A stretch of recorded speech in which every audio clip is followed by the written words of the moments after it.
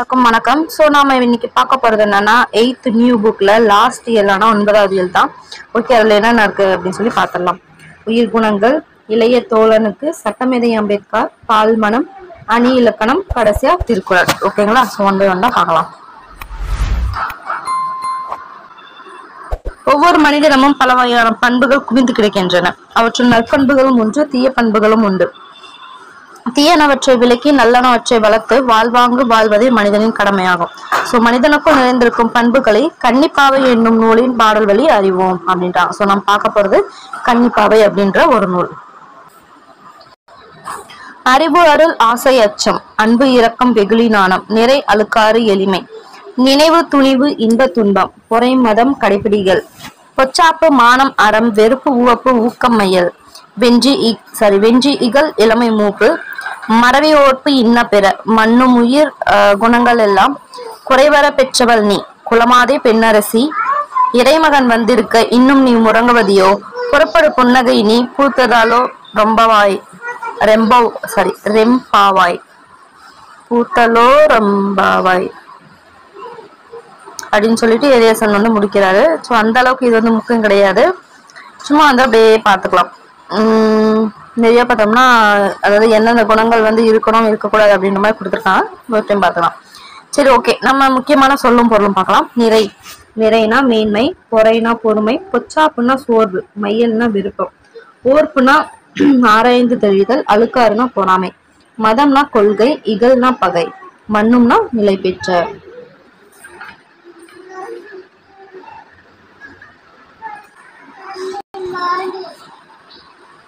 பாடலோட பொருள் பார்க்கலாம். அறிவு, கருணை, ஆசை, அச்சம், அன்பு, இரக்கம், சினம், நாணம், மேன்மை, பொறாமை, எளிமை, நினைவு, துணிவு, இன்பம், துன்பம், பொறுமை, கொள்கை பின்பற்றுதல், சோர்வு, மானம், அறம், வெறுப்பு, மகிழ்ச்சி, ஊக்கம், விருப்பம், வெற்றி, பகை, இளமை, முதுமை, மறதி, ஆராய்ந்து தெளிதல் போன்றவை இவ்வுலகில் நிலை பெற்ற மனிதர்களிடம் உள்ள பண்புகளாகும். இவற்றுடைய மனித குலத்தில் பிறந்த பெண்ணே, நற்பண்புகள் எவை என அறிவுறுத்த இறைவனின் திருக்குமாரன் வந்த பின்னும் நீ உறங்கலாமா? உண்மையை உணர புன்னகை பூத்து நீ புறப்படுவாயாக அப்படின்னு சொல்லிட்டு முடிச்சிருக்காங்க.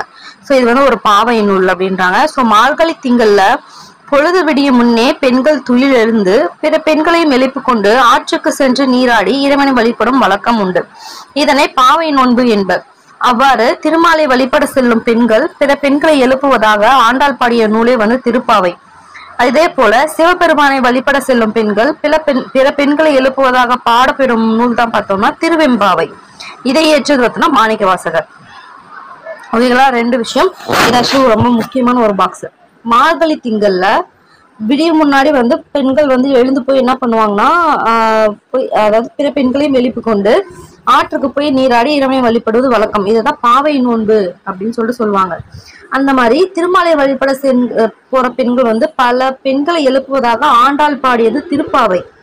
எது? திருமாலை வழிபட செல்லும் பெண்கள், திருமாலை வழிபடும் செல்ல பெண்கள் எழுப்புவதாக பிற பெண்களை எழுப்புவதாக ஆண்டாள் பாடிய நூல் தான் திருப்பாவை. இதே சிவபெருமானை வழிபட செல்லும் பெண்கள் பிற பெண்களை எழுப்புவதாக மாணிக்க வாசகர் பாடினதான் என்னது? திருவெம்பாவை. ஓகேங்களா? சோ திருமால் வந்து ஆண்டாள் திருப்பாவை, சிவபெருமான் பார்த்தோம்னா மாணிக்க வாசகர் திருவெம்பாவை. ஓகேங்களா? ஓகே. ஸோ நூல்வெளி பார்க்கலாம். இறையரசனோட இயற்பெயர் என்ன பார்த்தோம்னா சேசுராசன். அவரோட இயற்பெயர் என்னது? சேசுராசன், இறையரசன். ஓகே. கல்லூரி ஒன்றில் தமிழ் பேராசிரியராக பணிபுரிந்தவர். ஆண்டாள் இயற்ற திருப்பாவையை தழுவி கன்னிப்பாவை என்னும் நூலை எழுதியுள்ளார். அந்நூலில் இருந்து ஒரு பாடல் இங்கு தரப்பட்டுள்ளது. ஓகேங்களா? ஸோ வந்து இறையரசனோட இயற்பெயர் என்ன? சேசுராசன். கல்லூரியில வந்து பேராசிரியர் பணிபுரிகிறாரு. ஆண்டாள் இயற்ற திருப்பாவையை வந்து தழுவிது என்ன? இவர் வந்து கன்னிப்பாவை அப்படின்னு ஒரு நூலை வந்து எழுதியிருக்காரு. அதுல தான் நம்ம கொடுத்துருக்கோம். ஓகே. இங்க ஒரு திருப்பாவை நூல் ஒண்ணு கொடுத்துருக்காங்க, பாடல் ஒன்று கொடுத்துருக்காங்க, படிச்சுக்கலாம். உங்கள் இதுல பாத்தீங்கன்னு வச்சுக்கோங்களேன், சங்கோடு சக்கரம் ஏந்தும் தடக்கையான். இது வந்து ஒரு ப்ரீவியஸ் கொஸ்டின். ஓகேங்களா? சரி, ஓகே, பார்த்துக்கோங்க. உங்கள் புழைக்கடை தோட்டத்து வாவியுள் செழுங்கல் நீர் வாய் நெகிழ்ந்து ஆம்பல்வாய் கூம்பின் கான் செங்கல் பொடிக்கூரை வெம்பல் தவத்தார் தங்கள் திருக்கோயில் சங்கிடுவான் போகின்றான் எங்களை முன்னும் எழுப்புவான் வாய்ப்பேசும் நங்காய் எழுந்திராய் நானாதாய் நாவுடையாய் சங்கோடு சக்கரமேந்தும் தடக்கையன் பங்கைய கண்ணானை பாடல் ரொம்பாய் அப்படின்னு சொல்றாங்க. ஓகேங்களா? ஸோ திருப்பாவையில ஒரு பாடல். ஓகே, அடுத்தவர் வாழ்வை கண்டு அழுக்காறு கொள்ளக்கூடாது. நாம் நீக்க வேண்டியவற்றில் ஒண்ணு பொச்சாப்பு, சோம்பல். இன்ப துன்பம், இன்பம் கூட்டல் துன்பம், குணங்கள் கூட்டல் எல்லாம், குணங்கள் எல்லாம். ஓகேங்களா? அடுத்து பொறுத்துக. நிறை மேன்மை, நிறை மேன்மை, பொறை பொறுமை, மதம்னா கொள்கை, மயல்னா விருப்பம். ஓகே, அடுத்து இளைய தோழனுக்கு. மனித உடலில் 2 வகைகள் ஒன்று. உள்ளத்தில் இருக்க வேண்டிய கை ஒன்று உண்டு, அதுவே நம்பிக்கை.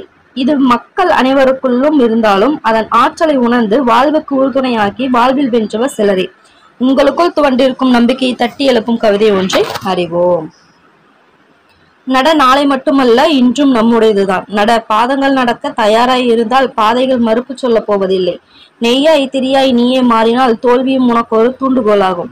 வெற்றி உன்னை சுற்றி வெளிச்ச விதை விதைக்கும். கவலைகளை தூக்கி கொண்டு திரியாதே, அவை கை குழந்தைகள் அல்ல. ஓடி வந்து கை குலுக்க ஒருவரும் இல்லையா? உன்னுடன் நீயே கை குலுக்கிக் கொள். தூங்கி விழுந்தால் பூமி உனக்கு படுக்கையாகிறது, விழித்து எழுந்தால் அதுவே உனக்கு பாதையாகிறது. நீ விழித்தெழும் திசையை பூமிக்கு கிழக்கு, உன் விரல்களில் ஒளிரும் சூரிய விளக்கு. நட, நாளை மட்டுமல்ல இன்றும் நம்முடையதுதான். நட. ரொம்ப ஒரு அருமையான ஒரு கவிதை. ஸோ ஆக்சுவலி இது ஏதோ ஒரு லைன் ஆனா ப்ரீவியஸ் கொஸ்டின் கேட்டுருக்காங்க. ஐ திங்க் இது நினைக்கிறேன். கவலைகளை தூக்கி கொண்டு தெரியாதே, அவை கை குழந்தைகள் இன்னும் ஏதோ ஒன்று கேட்டிருக்காங்க. ஸோ சும்மா நல்லா தானே இருக்கு படிக்க. ஸோ 2-3 டைம் படிச்சிங்கன்னா இது கண்டிப்பா உங்களுக்கு மறக்க வாய்ப்பு கிடையாது. சும்மா படிச்சுக்கோங்க. ஓகேங்களா? எழுதுறது யாருன்னு பார்த்தோம்னா மு. மேத்தா. பாடலின் பொருள் என்ன அப்படின்னு சொல்லி பார்க்கலாம். செயல்பட தொடங்கு. நாளை மட்டுமல்ல இன்றும் நமது நாள் தான். உனது பாதங்கள் நடக்க தயாராக இருந்தால் நீ செல்லும் பாதைகள் உன்னை எதிர்பார்க்க போவதில்லை. உலகிற்கு ஒளியேற்ற எண்ணெயாய் திரியாய் உன்னையே நீ மாற்றினால் தோல்வியும் உன் உயர்வுக்கு தூண்டுகோலாகும். வெற்றி உன் அங்கமாகி வாழ்வில் ஒளியேற்றும். கவலைகளை உள்ளத்தில் தேங்க விட வேண்டாம். உன்னை பாராட்டி புத்துயிர் ஊட்ட ஒருவரும் இல்லை என வருந்தாதே. உன்னை விட ஒருவரும் உன்னை பாராட்ட புத்துணர்வு ஊட்ட முடியாது.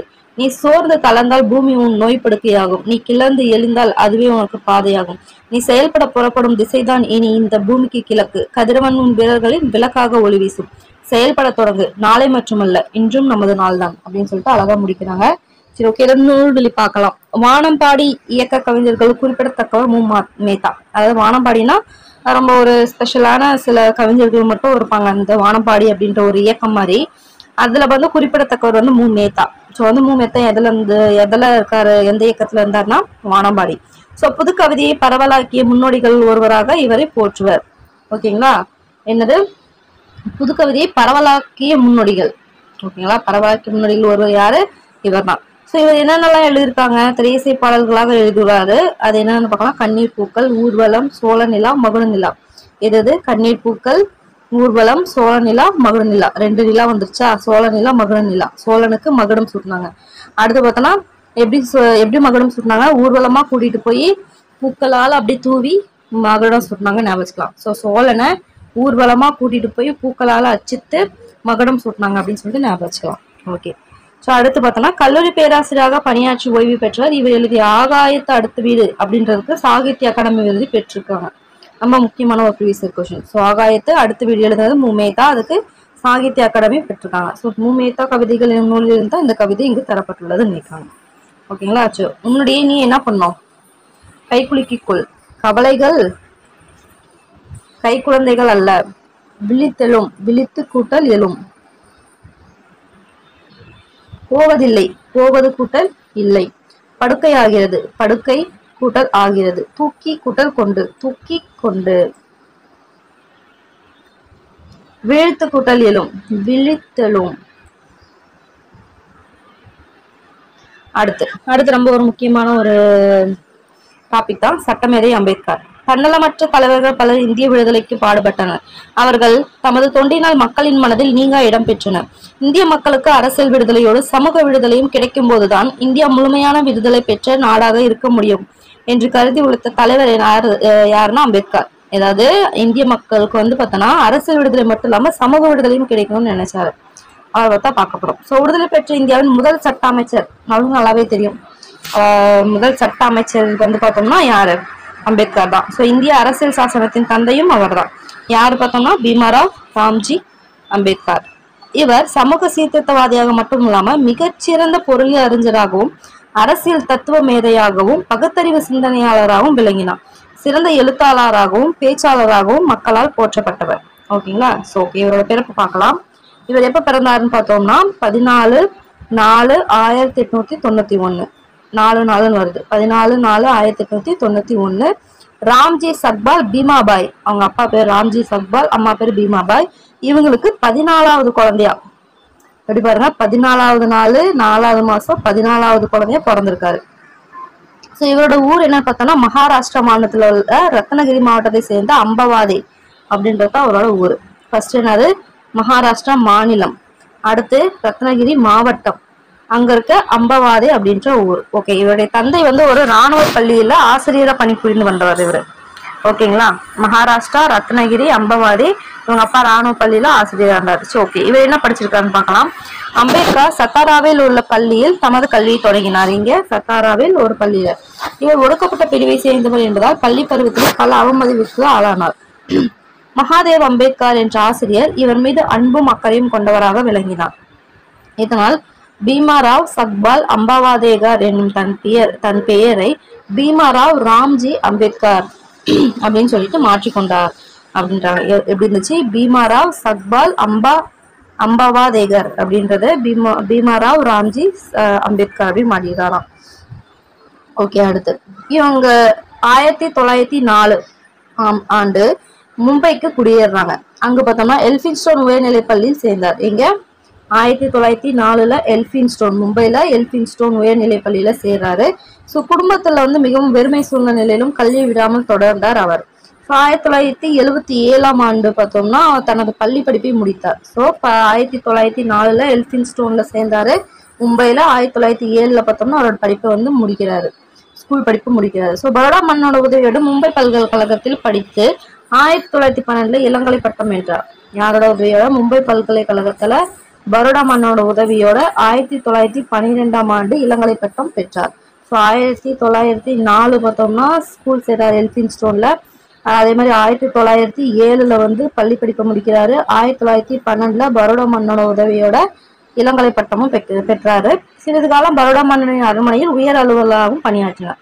ஓகே, அவரோட உயர்கல்வி என்னன்னு பார்க்கலாம். பரோடா மன்னன் சாயாஜி ராவ் உதவியுடன் உயர்கல்வி கற்க அமெரிக்கா போறாரு. யாரோட உதவி? பரோடா மன்னர் பேர் என்ன? சாயாஜி ராவ். அவரோட உதவியோட அமெரிக்கா போறாரு. ஸோ கொலம்பியா பல்கலைக்கழகத்தில் சேர்ந்து பொருளாதாரம், அரசியல், தத்துவம், சமூகியல் ஆகிய பாடங்களை கற்றார். எங்க? கொலம்பியா யூனிவர்சிட்டியில பொருளாதாரம், அரசியல், தத்துவம், சமூகவியல். அடுத்து 1915 பண்டைக்கால இந்திய வணிகம் என்ற ஆய்வுக்காக முதுகலை பட்டம் பெற்றார். எப்ப? 1912 இளங்கலை, 1915 இந்திய வணிகம் அப்படின்ற ஆய்வுக்காக முதுகலை பட்டம். இந்தியாவில் சாதிகளின் தோற்றமும் வளர்ச்சியும் என்ற தலைப்பில் ஆய்வு கட்டுரை ஒன்றை படித்தெழுத ரொம்ப முக்கியம். சாதிகளும் தோற்றம் வளர்ந்து அதுவும் சொல்லிட்டு. ஓகே, அதே வந்து ஒரு சிறுபுத்தமாகவும் வெளியிட்டாங்க. அச்சில் வெளிவந்த அம்பேத்கரின் முதல் நூல் வந்து இதுதான். எது? கொஸ்டின் கேட்கலாம். அச்சில் வெளிவந்த அம்பேத்கரின் முதல் நூல் எது? இந்தியாவில் சாதிகளின் தோற்றமும் வளர்ச்சியும். அடுத்து இந்தியாவின் தேசிய பங்கு வீதம் அப்படின்ற ஆய்வுக்காக கொலம்பியா பல்கலைக்கழகம் அவருக்கு வந்து முனைவர் பட்டம் வந்து வழங்குறாங்க. ஓகே, முதுகலை பட்டம் வந்து கொலம்பியால வாங்கிட்டாங்க. அதுக்கப்புறம் மறுபடியும் என்ன பண்றது? இந்தியாவின் தேசிய பங்கு வீதம் அப்படின்ற ஆய்வுக்காக கொலம்பியா பல்கலைக்கழகத்துல முனைவர் பட்டமும் கொடுக்குறாங்க. அடுத்து இது வந்து என்னன்னா 1915 இதோட முடிஞ்சிச்சு. அது எங்க நடந்தது என்ன பார்த்தோம்னா முதுகலை பட்டம் பெறாரு இந்திய வணிகம் அப்படின்னு சொல்லிட்டு. அடுத்து இந்தியாவின் சாதிகளின் தோற்றமும் வளர்ச்சின்ற தலைவில ஆய்வு கட்டுரை ஒண்ணு விட்டு அதை அச்சிட்டுறாங்க ஃபர்ஸ்ட். அடுத்து இந்தியாவின் தேசிய பங்கு வீதம் அப்படின்ற ஆய்வுக்காக கொலம்பியா யூனிவர்சிட்டியில முனைவர் பட்டமும் பெற்றாரு. சரி, வாங்கியாச்சு அமெரிக்காவில. அடுத்து எங்க போறாருன்னா லண்டன் போறாரு. அது எப்ப நடந்ததுன்னு பார்த்தோம்னா 1920. 1920 ஆண்டு பொருளாதார படிப்புக்காக போறாரு. ஓகேங்களா? இது வந்து எப்படின்னா அது வந்து பார்த்தோம்னா பொருளாதாரம், அரசியல் எல்லாம் சேர்ந்து படிச்சாரு. இதுல பார்த்தா பொருளாதாரம் படிக்கணும் அப்படின்றதுக்காக லண்டன் போறாரு 1920. அங்கிருந்து பல நூலகங்களில் தமது பெயரை பதிவு செய்து கொண்டார். நூலகம் திறக்கும் போது முதலாளாக நுழைந்து மூடும்போது கடைசியாளாக வெளியேறுவார். இத்தகைய அயராத உழைப்பின் பயனாக 1921 ஆண்டு முதுகலை அறிவியல் பட்டமும் 1923 பார்த்தோம்னா ரூபாய் பற்றிய பிரச்சனை என்ற ஆராய்ச்சி கட்டுரைக்காக முனைவர் பட்டமும் பெற்றார். அதே ஆண்டில சட்டப்பேரவையில பாரிஸ்டர் பட்டமும் பெற்றார். இப்ப 1923. ஸோ என்னன்னது ஃபர்ஸ்ட் 1920 லண்டனுக்கு போறாரு. அப்ப அங்க போயிட்டு 1921 அது அடுத்த வருஷம் 1921 பார்த்தோம்னா முதுகலை அறிவியல் பட்டம். 1921 முதுகலை அறிவியல் பட்டமும் 1923 ஆண்டு பார்த்தோம்னா ரூபாய் பற்றிய பிரச்சனை அப்படின்றதுக்காக முனைவர் பட்டமும் அதே வருஷம் பார்த்தோம்னா பாரிஸ்டர் பட்டமும் பெறாரு. ஓகேங்களா? ஐ திங்க் உங்களுக்கு இப்பயே மனப்பாடம் ஆயிருக்கும்னு நினைக்கிறேன். அடுத்த சமூக பணிகள் பார்க்கலாம். படிப்பை முடித்து இந்தியா திரும்பினார் அம்பேத்கர். இந்தியாவில் நடைபெற்றுக் கொண்டிருந்த ஆங்கிலேய ஆட்சிக்கு எதிரான போராட்டங்களில் தம்மை ஈடுபடுத்திக் கொண்டார். அது மட்டுமல்லாமல் ஒடுக்கப்பட்ட மக்களுக்கு அதிகாரம் கிடைக்க போராட வேண்டும் என்று முடிவு செய்தார்.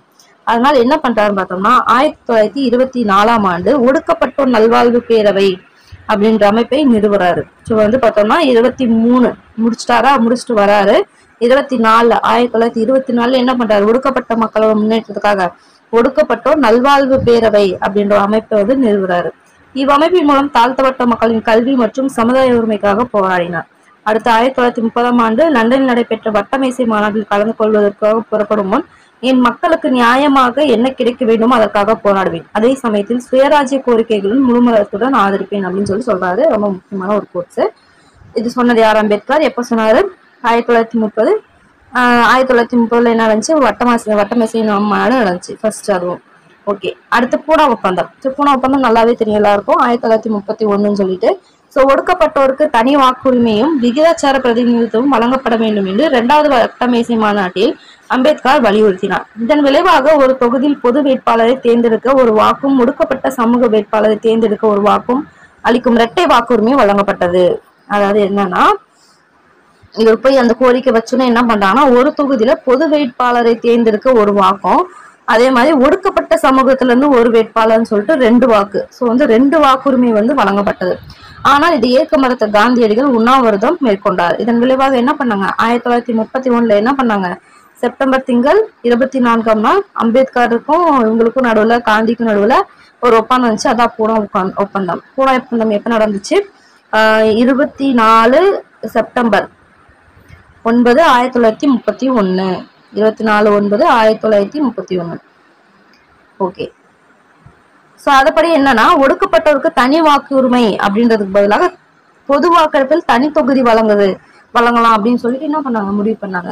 தனி வாக்கு எடுத்தோம் இது பண்ணோம்னா கிட்டத்தட்ட அவங்க தனியா அப்படின்ற மாதிரியும் அதே மாதிரி அவங்க இதுல வீக் அந்த சைடு வீக்கான மாதிரி இருக்கும் அப்படின்னு காந்தி நினைச்சு போட்டு என்ன பண்ணுவாரு? நான் உங்களுக்கு தனி தொகுதியா வழங்குறேன், தனி ஓட்டு தனி வாக்குரிமை அப்படின்றதுல தனி தொகுதி தரேன் அப்படின்னு சொல்லிட்டு முடிவு பண்றாங்க. இதுதான் பூனா ஒப்பந்தம் அப்படின்னாங்க. பூனா ஒப்பந்தம் எப்ப நடந்துச்சு? 24 செப்டம்பர் 1931. ரொம்ப முக்கியம். ஓகே. சுதந்திர தொழிலாளர் கட்சி 1935ஆம் ஆண்டு மாநில சுயாட்சி வழங்குவதற்கான இந்திய அரசாங்க சட்டம் நிறைவேற்றப்பட்டது. ஓகேங்களா? 1935 தெரியலீங்களா? அட்டானமி வழங்கினாங்க இல்லையா? சுயாட்சி வழங்குறதுக்காக அது நடந்துச்சு. இந்தியன் அட்டானமி இது 1935 சொல்லுவாங்களே அது. அதன்படி பொது தேர்தல் நடைபெறும் அப்படின்னு சொல்லிட்டு அறிவிச்சாங்க. ஏழை விவசாயிகள் தொழிலாளர்கள் ஆகியோரின் நலனை பாதுகாக்கும் தேர்தலில் போட்டியிட அம்பேத்கர் விரும்பினார். சுதந்திர தொழிலாளர் கட்சியை தொடங்கி தேர்தலில் ஈடுபட்டார். அதாவது முன்னாடி நம்ம பார்த்தோம்னா இயக்கம் ஒடுக்கப்பட்டோர் நல்வாழ்வு பேரவை. அது ஒரு இயக்கம், கட்சி கிடையாது. இவர் 1935க்கு அப்புறம் தான் ஒரு கட்சி ஆரம்பிக்கிறாரு. அது பேர் தான் இந்திய அரசு சுதந்திர தொழிலாளர் கட்சி. சுதந்திர தொழிலாளர் கட்சி அப்படின்னு சொல்லிட்டு தொடங்கி தேர்தலில் போட்டிடுறாரு. அதுல வெற்றியும் பெற்று அவரது கட்சி வேட்பாளராக 15 பேரும் வெற்றி பெற்றனர். அவரும் வெற்றி பெறாரு. அதுல இருந்து 15 பேரும் வெற்றி பெறாங்க அப்படின்னு சொல்றாங்க. தீண்டாமைக்கு எதிராக அம்பேத்கர் தெரிந்து கொள்ளும் பார்க்கலாம். நான் வணங்கும் தெய்வங்கள் 3. முதல் தெய்வம் அறிவு, 2வது தெய்வம் சுயமரியாதை, 3வது தெய்வம் நன்னடத்தை. இது பார்த்தோம்னா ஒரு ப்ரீவியஸ் கொஸ்டின் தான். ரொம்ப முக்கியமான ஒரு கோர்ஸ். நான் வணங்கும் தெய்வம் 3. 1 அறிவு, இன்னொன்னு சுயமரியாதை, 3 தெய்வம் நன்னடத்தை. ஓகேங்களா? அறிவு, சுயமரியாதை, தெய்வம், நன்னடத்தை. ஓகே. தீண்டாமைக்கு எதிராக அம்பேத்கர் இந்திய சமூக அமைப்பில் நிலவிய சாதி அமைப்பை தீண்டாமை கொடுமைகளை எதிர்த்து தீவிரமாக போராடினார். ஒடுக்கப்பட்ட பாரதம் அப்படின்ற ஒரு இதழை 1927 ஆரம்பிச்சிருந்தாரு. என்னது? ஒடுக்கப்பட்ட பாரதம் அப்படின்னு சொல்லிட்டு 1927 எப்ப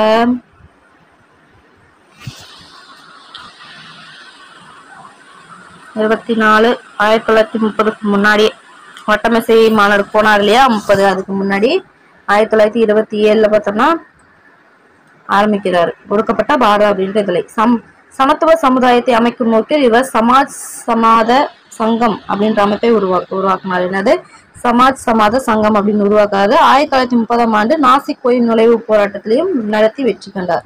ஸோ என்னென்ன இதுல முக்கியம் 1927 பார்த்தோம்னா ஒடுக்கப்பட்ட பாரதம்.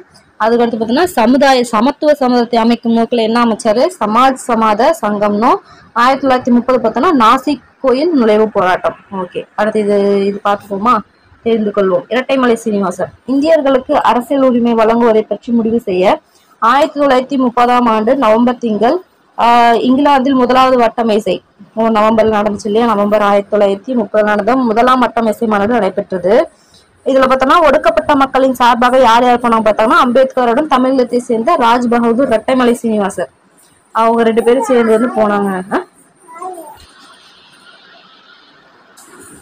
அதில் இரட்டைமலை சீனிவாசன் 2 பேர் போனாங்க. எத்தனாவது இதுல பார்த்தோம்னா முதலாவது வட்டமேசை மாநாடு 1930. ஓகே, அரசியல் அமைப்பில் அம்பேத்கரோட பங்கு என்னன்னு பார்க்கலாம். ஸோ 1947ஆம் ஆண்டு ஆகஸ்ட் திங்கள் 15ஆம் நாள் வந்து பார்த்தோம்னா விடுதலை பெற்றது இந்தியா. ஓகே, ஜவஹர்லால் நேரு தலைமையில் அமைந்த அரசியல் அம்பேத்கர் வந்து சட்ட அமைச்சராக இந்திய அரசியல் சாசன சபையின் தலைவராகவும் பொறுப்பேற்றுக் கொண்டா நம்மளுக்கு தெரிஞ்சதுதான். ஸோ 1947ஆம் ஆண்டு ஆகஸ்ட் திங்கள் 29ஆம் நாள் பார்த்தோம்னா அரசியல் நிர்ணய மன்றம் ஒரு தீர்மானம் நிறைவேற்றுது. எப்ப 29/8/1947 என்னன்னு அதன்படி இந்திய அரசியலமைப்பு கூட்ட சட்டத்தை எழுத அம்பேத்கர் தலைமையில் அவர் உட்பட 7 பேர் கொண்ட அரசியலமைப்பு சட்ட வரைவு டிராப்டிங் கமிட்டி உருவாக்கப்பட்டது. எப்ப 29/8/1947. ஓகே, இக்குழுவில் யார் யாரெல்லாம் இருந்தாங்கன்னு பார்த்தோம்னா கோபாலசாமி, அல்லாடி கிருஷ்ணசுவாமி, KM முன்ஷி, சையத் அகமது சாதுல்லா, மாதவரா, TP கைத்தான். ஓகேங்களா, இவங்களாம் உறுப்பினராக இடம்பெற்றாங்க. இக்குழு தனது அறிக்கை எப்ப இது பண்ணாங்க பார்த்தோம்னா 21 பிப்ரவரி 1948 வந்து அறிக்கையை வந்து அறிவிச்சாங்க. ஸோ எப்போ வந்து இது பண்ணாங்க 29 ஆகஸ்ட் 1947 வந்து ஸ்டார்ட் பண்றாங்க. அறிக்கை பார்த்தோம்னா 21 பிப்ரவரி 1948 அதுக்கு அடுத்த வருஷம் 21 பிப்ரவரி 1948 சப்மிட் பண்றாங்க. ஸோ அம்பேத்கர் தலைமையிலான சட்ட வரைவு குழு அப்போது மக்களாட்சி நடைபெற்ற நாடுகள் பலவற்றிலிருந்து இந்திய நடைமுறைக்கு பொருந்தும் சட்டக்கூறுகள் வந்து இந்திய அரசியலமைப்பு வரைவில் சேர்த்தது. நமக்கு நல்லாவே தெரியும். ஐ திங்க் 60-70 நாட்டுல இருந்து எடுத்திருப்பாங்கன்னு சொல்லிட்டு நம்ம படிச்சிருக்கோம். ஓகே, ஸோ அரசியலமைப்பு சட்டம் தெரிந்து கொள்வோம் பார்த்துப்போம்.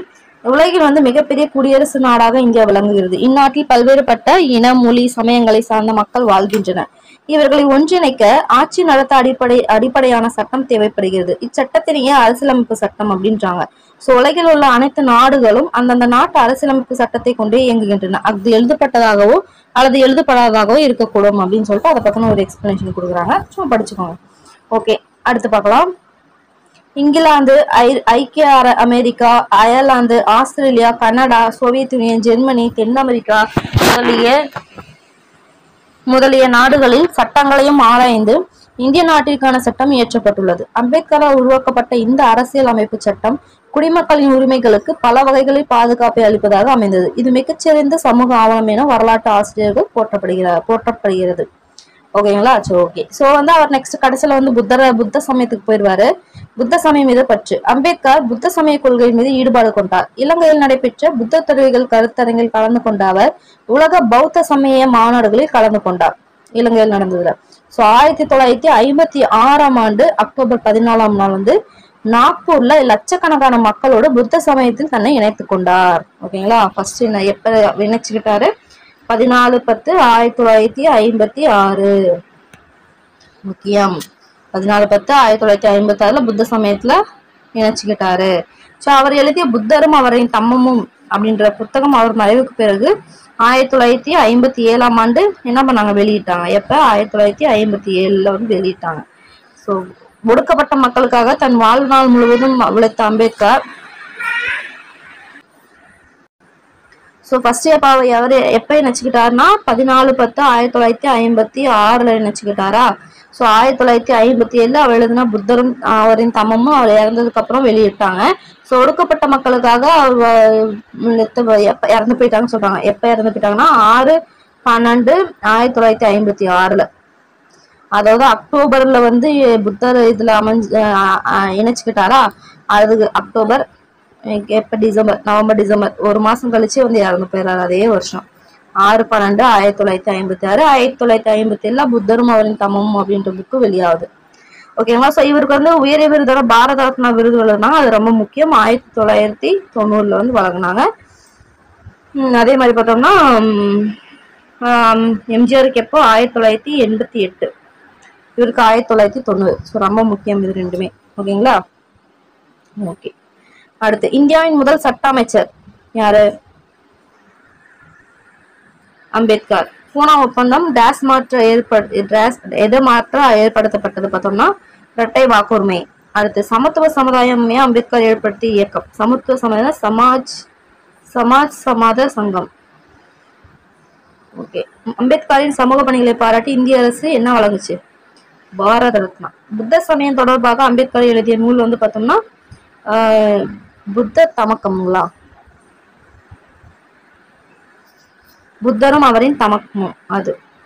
அடுத்து அம்பேத்கர் நிறுவிய அரசியல் கட்சியின் பெயர் வந்து என்னன்னு பார்த்தோம்னா, சூஸா இருந்துச்சுன்னா டக்குன்னு போட்டலாம். ஓகே, இது பார்க்கலாம். பொருளாதார படிப்புக்காக அம்பேத்கர் எங்க போனாரு? லண்டன் போனாரு. நிறுவிய அரசியல் கட்சியின் சம்மந்தம் பண்ணா தொழிலாளர் கட்சி அந்த மாதிரி வரும். ஸோ இதே சாய்ஸா இருந்தா டக்குன்னு போட்டு போயிடலாம். சுதந்திர தொழிலாளர் கட்சி. ஓகேங்களா. அடுத்து பார்த்தோம்னா பால்மனம். இது வந்து ஒரு என்ன சொல்றது, ஒரு துணைப்பாடம்.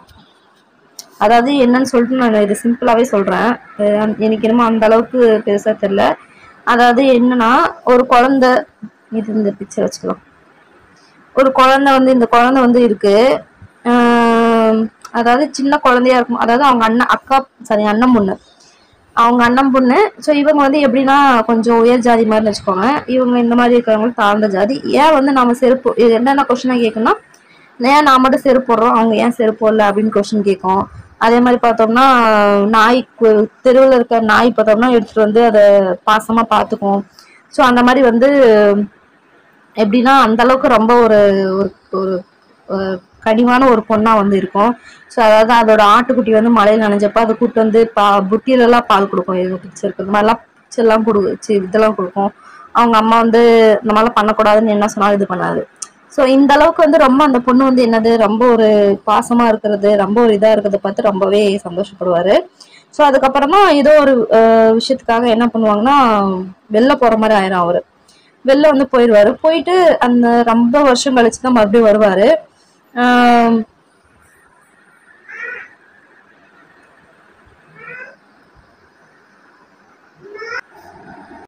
அப்புறம் திடீர்னு வந்து ரொம்ப வருஷம் கழிச்சு வந்து பார்த்தோன்னே அந்த குழந்தை ரொம்ப பாசமா இருந்தது வந்து ஆட்டுக்குட்டி வந்து கல்லால் அடிக்கிறதும், அதே மாதிரி தெருவில் இருக்க நாயை வந்து துரத்தி விடுறதும், அதே மாதிரி தண்ணி குளியால் வந்து குடிக்க தண்ணி கேட்கும் போது அவரை போ அப்படின்னு சொல்லிட்டு விரட்டுறதும், இந்த மாதிரி வந்து ரொம்ப ஒரு இதா மாறிடுச்சு. வளர பார்த்தோம்னா அதோட கேரக்டர் வந்து சுத்தமா மாறிடுச்சு. அந்த மாதிரி குழந்தை வந்து தெய்வீக மனம் படைத்திருந்த போது சலித்த தாயார் சாதாரண உறவை ஏந்தியதும் புகழ்கின்றாள் அப்படின்னு சொல்லிட்டு நினைச்சா அவர் ரொம்ப வந்து ஃபீல் பண்ணுவாரு. இப்பதான் வந்து சமத்து அந்த மாதிரிலாம் அவங்க அம்மா வந்து இது பண்ணுவாங்க. ஸோ வந்து அன்று ஆட்டுக்குட்டிக்கு பசிக்குமே என்று பரிதாபப்பட்டு தம்பிக்கு வைத்திருந்த பால் புட்டியை எடுத்து ஊட்டிய குழந்தை இன்று கல்லால் அடித்து அது நொண்டுவதை கண்டு கை கொட்டி சிரிக்கிறாள். தெருநாயை குளிப்பாட்டலாம் என்றவள் அதற்கு ஏன் பால் சோறு, நம் நாய்க்கே போடலாம் அப்படின்னு சொல்றா. செருப்பு இல்லாமல் வண்டி இழுக்கும் கூலியாளை கண்டு மனம் வெதும்பி என் செருப்பை தரும்படி தூண்டியவள் சாலையில் வேலை செய்யும் தொழிலாளர்களுக்கு தாகத்துக்கு தண்ணீர் தராமல் விரட்டுகிறாள். இனி மன்னி பயப்பட வேண்டாம். கிருஷ்ணா தனியே பஸ்ஸில் பள்ளிக்கூடம் சென்று படித்து வருகிறாள். சின்ன டிபன் பாத்திரத்தில் ஒரு உருளை தயிர் சாதம் மட்டும் எடுத்து போய் சாப்பிட்டு பசியை அடக்க கற்றுக்கொண்டாள். இயந்திரமாக நாம் நிர்ணயித்த சட்டத்திட்டங்களுக்குள் எவ்வித எதிர்ப்பும் இன்றி லயித்து கலந்து பழகிய பசுவாகி விடுவாள்.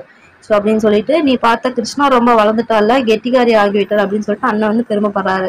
அருள் வந்து ரொம்ப வாடி போறாரு. வெறும் லோகாயத்த சேற்றில் முளைத்த பூண்டாகி விட்டாளே அப்படின்னு சொல்லிட்டு ரொம்ப ஃபீல் பண்றாரு. நாம் என்ன கிருஷ்ணாவை எனக்கு பிடித்த உணவுகளை ஏந்தி நின்ற குழந்தையை காண வந்தேன்.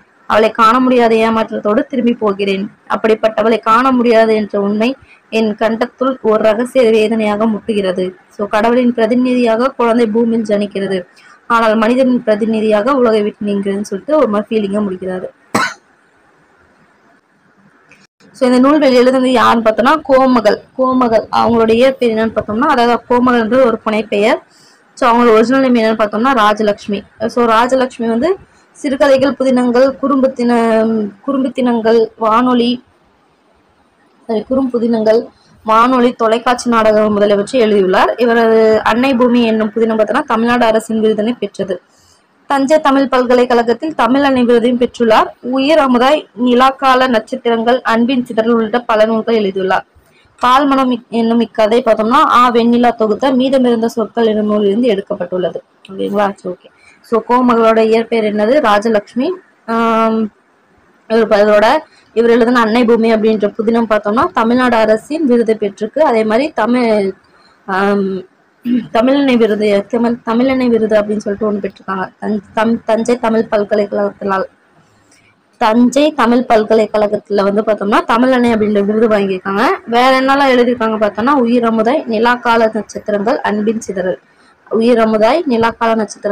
சிதறல், இந்த மாதிரி உள்ள எழுதியிருக்காங்க. ஸோ இப்போ நம்ம படிச்ச பால்மனம் அப்படின்ற கதை பார்த்தோம்னா வெண்ணிலா அப்படின்ற ஒரு தொகுத்த மீதமிருந்த சொற்கள் அப்படின்ற நூல் வந்து எடுக்கப்பட்டுச்சு. இது ஒவ்வொரு லைனுமே ரொம்ப முக்கியம், பார்த்து படிச்சுக்கோங்க. ஓகேங்களா? ஸோ அணி இலக்கணத்துல பார்த்தோம்னா இன்னைக்கு பார்க்க போறது பார்த்தோம்னா அணி இலக்கணம். ஸோ அணி அப்படின்னா அழகுன்னு அர்த்தம். செயலுக்கு அழகு தருவனவாகிய அணிகள் சிலவற்றை முன் வகுப்பில் கற்றோம். இன்னும் சில அணிகளை பார்க்கலாம் அப்படின்றாங்க.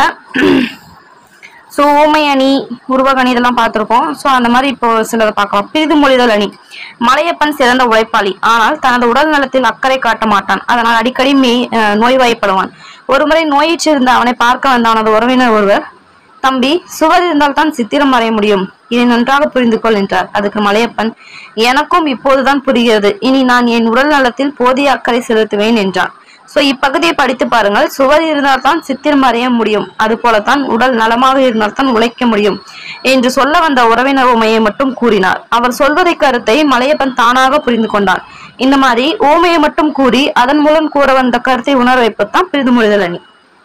ஐ திங்க் உங்களுக்கு புரிஞ்சிருக்கும்னு நினைக்கிறேன். ஸோ ஓமையை மட்டும் சொல்லுவாங்க, அதுக்கான காரணம் வந்து சொல்ல மாட்டாங்க. ஓகேங்களா? அது மூலம் சொல்ல வந்த கருத்து வந்து என்னன்னு சொல்ல மாட்டாங்க. அந்த மாதிரி வரதான் பிரிதுமொழிதல் அணின்னுவாங்க. எக்ஸாம்பிள் பார்த்தோன்னா கடலோட கால்வாய் நெடுந்தேர் கடலோடும் நாவாயும் ஓடா நிலத்து. ஸோ என்ன சொல்றாங்கன்னா, நிலத்தில் ஓடும் தேர் வந்து கடலில் ஓடாது, அந்த மாதிரி கடலில் ஓடும் கப்பல் பார்த்தோன்னா நிலத்தில் ஓடாது. இந்த மாதிரி ஓமையை மட்டும் கூறுறாங்க. இது மூலியமா அவங்களுக்கு என்ன சொல்ல வராங்கன்னா, தமக்கு உரிய இடத்தில் இருந்தால் மட்டும்தான் வெற்றி பெற முடியும், தமக்கு பொருத்தமில்லாத இடத்தில் வெற்றி பெறுதல் இயலாது அப்படின்ற கருத்தை என்ன சொல்றாங்க. ஸோ அதனால இந்த குரட்பான்றது அந்த பிரிதுமொழிதல் அணி ரொம்ப முக்கியம். ஸோ இந்த குரல் கேட்டு என்ன அணின்னு கேட்பாங்க. என்னது? கடலோட கால்வாய் நெடுந்தோர் கடலோடம் நாவாயும் ஓடா நிலத்து. ஸோ ஐ திங்க் பிரிதுமொழிதல் என்னன்னு தெரியும் நினைக்கிறேன். ஸோ ஓமையை மட்டும் சொல்லிட்டு அதற்கான கருத்தை வந்து சொல்லாம விட்டுருப்பாங்க. அதுதான் பிரிதுமொழிதல் அணி. வேற்றுமை அணி அப்படின்னா தேனும் வெள்ளச்சக்கரையும் இனிப்பு சுவை உடையவை, அவற்றுள் தேன் உடலுக்கு நன்மை தரும், ஆனா வெள்ளச்சக்கரை பார்த்தோன்னா உடலுக்கு தீங்கு செய்யும். சோ இப்பகுதியை கவனிங்கள். வெள்ளச்சக்கரைக்கும் தேனுக்கும் இடையே ஒற்றுமையும் உண்டு, வேற்றுமையும் உண்டு. இரண்டும் இனிப்பு சுவை உடையவை என்பது ஒற்றுமை. ஒன்று உடலுக்கு நன்மை செய்யும், இன்னொன்று தீங்கு செய்யும் என்பது வேற்றுமை. இவ்வாறு இரண்டு பொருள்களுக்கு இடையே உள்ள ஒற்றுமையை கூறி பிறகு அவற்றுள் உள்ள வேறுமையை காட்டுவதுதான் வேற்றுமை அணி. புரியுதுங்களா? சோ ஃபார் எக்ஸாம்பிள் பார்க்கலாம். தீயினால் சுட்ட புண் உள்ளாரும் மாறாதே, நாவினால் சுட்ட வடு. சோ இந்த குறள்ல பார்த்தோம்னா முதல்ல நெருப்பு வந்து கொடுஞ்சொல் ஆகிய ரெண்டுமே பார்த்தோம்னா சுடும் தன்மை உடையன அப்படின்னு சொல்லிட்டாங்க. பின்னாடி என்ன சொல்றாங்கன்னா, நெருப்பினால் சுட்ட காயம் வந்து ஆறிடும் அப்படின்னும், கொடுஞ்சொல் சொன்னா வந்து ஆறாது அப்படின்னு சொல்லிட்டு ரெண்டுக்கும் இருக்கிற வேற்றுமை சொல்றாங்க. ஃபர்ஸ்ட் ரெண்டுக்கும் இருக்கிற ஒற்றுமையை சொல்லிட்டாங்க, ரெண்டுமே சுடுன்னு சொல்லிட்டு. பின்னாடி பார்த்தோம்னா நெருப்புல சுட்டுச்சுன்னா ஆறிடும், ஆனா பார்த்தோம்னா கடுஞ்சொல்லால சுட்ட புண் வந்து ஆறாது அப்படின்னு சொல்லிட்டு ரெண்டுக்கு இருக்க வேற்றுமை சொல்றாங்க. இதுதான் வந்து வேற்றுமை அணி அப்படின்றாங்க. ஓகே, அடுத்த அணி பார்க்கலாம். இரட்டுற மொழிதல் அணி. காலில் காயத்திற்கு கட்டுப்போட்டிருந்த இளைஞர் ஒருவன் பேருந்தில் ஏறினார். எந்த ஊருக்கு பயணச்சீட்டு வேண்டும் என்று நடத்தினார் கேட்டார். அதே நேரம் அருகில் இருந்தவர், உன் காலில் எதனால் காயம் ஏற்பட்டது என்று கேட்டார். அவன் செங்கல்பட்டு என்று கூறினான். சோ அவன் கூறியது இருவரின் வினாக்களுக்கும் பொருத்தமான விடையாக அமைந்தது. அவன் சொல்ல வேண்டிய ஊர் செங்கல்பட்டு என்று நடத்துனர் புரிந்து கொண்டார். அவன் காலில் செங்கல் பட்டதால் காயம் ஏற்பட்டது என மற்றவர் புரிந்து கொண்டார். இந்த மாதிரி ஒரு சொல் அல்லது தொடர் இருபொருள் தருமாறு அமைந்ததுதான் பார்த்தோம்னா இரட்டொரு மொழிதல் என்றும் அணியாகும். சோ இதனை வந்து ஸ்லேடை அப்படின்னு சொல்லுவாங்க, நம்மளுக்கு நல்லாவே தெரியும். அதாவது பார்த்தோம்னா நிறைய இது வந்து பார்த்திருக்கோம். ஸோ வந்து குதிரைக்கும் கீரை பாத்தின்னு சொல்லிட்டு அதுக்கு ரெண்டுக்கும் வித்தியாசம்லாம் ஒற்றுமை வந்துலாம் சொல்லுவாங்க இல்லையா, ரெண்டுக்கும் என்னென்ன இருக்குன்னு. ஸோ அந்த மாதிரி சொல்றதான் வந்து இரட்டொரு மொழிதல்னுவாங்க, ஸ்லேடை அப்படின்னு சொல்லிட்டு சொல்லுவாங்க. ஸோ காலமேக புலவர் வந்து ஸ்லேடை பாடுவதில் வல்லவர் அப்படின்லாம் படிச்சிருக்கோம் இல்லையா, அதுதான் அது. ஸோ வந்து ஒரு சொல்லு இல்லைன்னா ஒரு தொடர் வந்து இரு பொருள் தர மாதிரி அமைவதுதான் இரட்டொரு மொழிதல். ஒரு எடுத்துக்காட்டு பார்க்கலாம். ஓடும் இருக்கும் அதனுள் வாய் வெளுத்திருக்கும், நாடும் குலைத்தனக்கு நாணாது சேரியே தீங்காயது இல்லா திருமலைராயன் வரையில் தேங்காயும் நாயும் நேர் செப்பு. அதாவது நாயும் தேங்காயும் எப்படி ரெண்டும் ஒண்ணுன்றாங்க. ஸோ தேங்காயில ஓடி இருக்கும், தேங்காயின் உட்பகுதி வெண்மை நிறத்தில் இருக்கும், தேங்காய் வந்து கோணல் இல்லாம குலையாக தொங்கும். ஸோ அந்த மாதிரி நாய் வந்து சில சமயம் ஓடிக்கொண்டிருக்கும், சில சமயம் ஓரிடத்தில் படுத்து இருக்கும், அதன் வாயின் உட்பகுதி வெண்மையாக இருக்கும், குறைப்பதற்கு வெட்கப்படாது. ஸோ அந்த மாதிரி இவ்வாறு இப்பாடல் வந்து ரெண்டு பொருள் தரும்படி பாடப்பட்டுள்ள இது வந்து இரட்டொரு மொழிதல் அணி அப்படின்னு சொல்லிட்டு சொல்றாங்க. ஐ திங்க் உங்களுக்கு புரிஞ்சுக்கணும்னு நினைக்கிறேன். ஓகே. பிரிது மொழிதல் அணியில் டேஸ் மட்டும் இடம்பெறும், ஓமை மட்டும் இடம்பெறும். இரண்டு பொருள்களுக்கு இடையே உள்ள ஒற்றுமையும் வேற்றுமையும் கூறுவது என்னது? வேற்றுமை அணி. ஒரே செயலை இரு பொருள்மொழி பாடுறது இரட்டொரு மொழிதல் அணி. இரட்டொரு மொழிதல் அணியின் வேறு பெயர் என்ன? ஸ்லேடை.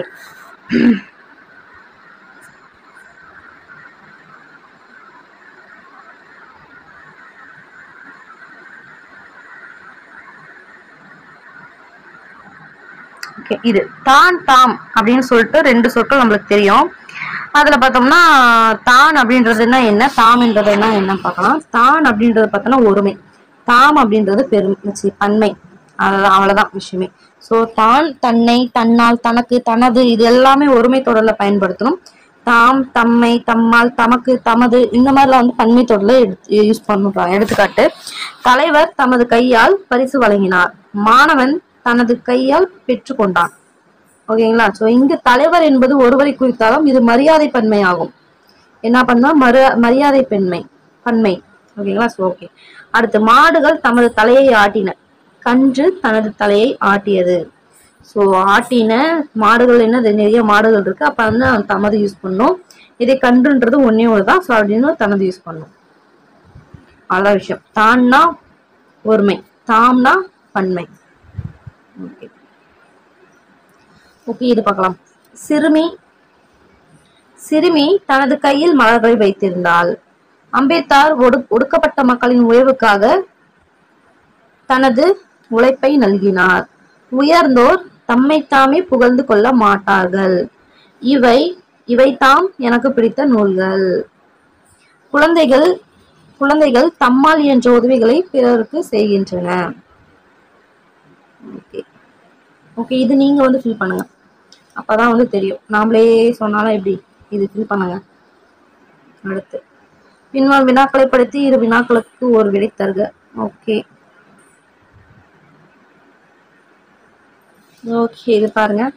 குழம்பம் கூட்டும் மணப்பது ஏன், குருதி மிகுதியாய் கொட்டுவது ஏன், காரணம் என்ன, பெருங்காயத்தால். ஆடை நெய்வது எதனாலே, அறுவை பெறுவது எதனாலே, நூலினாலே, நூல்தன. மாடுகள் வைக்கோல் தின்பது எங்கே, மன்னர்கள் பலரும் இறந்தது எங்கே, போர். இது வந்து வைக்கோ போர், இது போர். கதிரவன் மறையும் நேரம் எது, கழுத்தில் அழகாய் சொல்வது எது, மாலை. வானில் தேய்ந்து வளர்வது எது, வாரம் 4 கொண்டது எது, திங்கள். சூப்பரா இருக்குல்ல. அடுத்து ஓகே, கலைச்சொல் பார்க்கலாம். குறிக்கோள் அப்ஜெக்டிவ், நம்பிக்கை கான்பிடன்ஸ், முனைவர் பட்டம் டாக்டரேட், வட்டமேசை மாநாடு ரவுண்ட் டேபிள் கான்ஃபரன்ஸ், இரட்டை வாக்குரிமைனா டபுள் ஓட்டிங், பல்கலைக்கழகம் யூனிவர்சிட்டி, ஒப்பந்தம் அக்ரிமெண்ட், அரசியலமைப்புனா கான்ஸ்டிடியூஷன். ஓகே, அவ்வளவுதான் முடிஞ்சாச்சு. So 8th Tamil book, new Tamil book வந்து ஃபுல் அண்ட் ஃபுல் வந்து முடிச்சாச்சு இயல் 9ஓட. ஸோ மற்ற இயல் 1 இதோ அதே வந்து பார்த்தீங்கன்னா பிளேலிஸ்ட் இருக்கு, பிளேலிஸ்ட் பற்றி பாருங்க. அதே போல 7th new book volt book, அதே மாதிரி 6th new book volt book முடிச்சாச்சு. நீங்க அதையும் போய் பிளேலிஸ்ட்ல வந்து தாராளமா பாருங்க. அடுத்து 8th ஓல்ட் புக்ல உங்களை மீட் பண்றேன். பாய்.